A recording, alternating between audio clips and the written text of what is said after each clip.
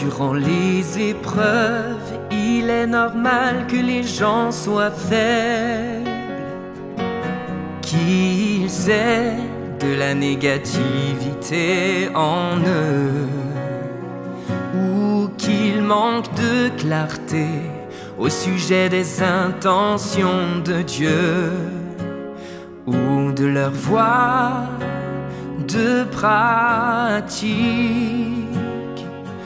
Mais en général, tu dois avoir foi en l'œuvre de Dieu. Et tout comme Job, ne pas nier Dieu. Bien que Job fût faible et qu'il maudit, le jour de sa naissance, il ne n'y a pas que toutes les choses que les hommes possèdent après leur naissance sont accordées par l'Éternel, et que l'Éternel est aussi celui qui les reprend toutes, peu importe quelles épreuves il a traversées, il a maintenu cette croyance.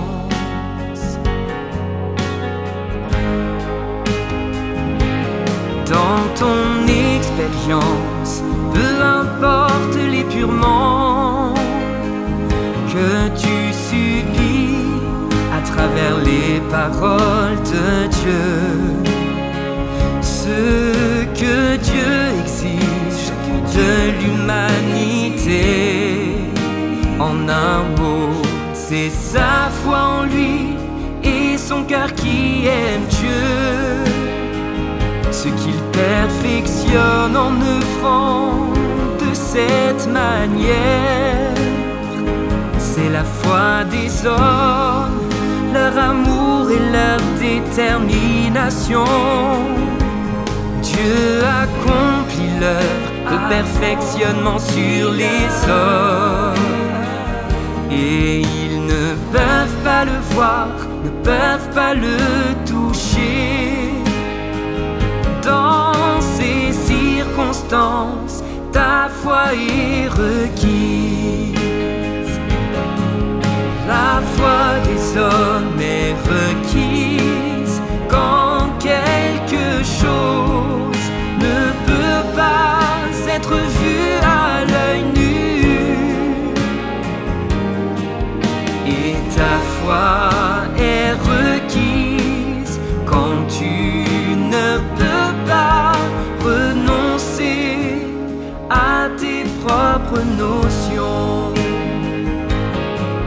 Lorsque l'œuvre de Dieu n'est pas claire pour toi, ce qui est requis, c'est que tu aies la foi et que tu adoptes une position ferme et que tu tiennes ferme dans le témoignage. Quand Job atteignit ce point, Dieu lui apparut et lui parla. Autrement dit, ce n'est que par ta foi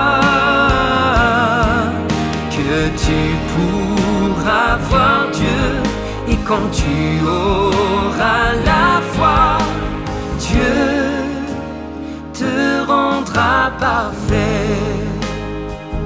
Quand tu auras la foi, Dieu te rendra parfait.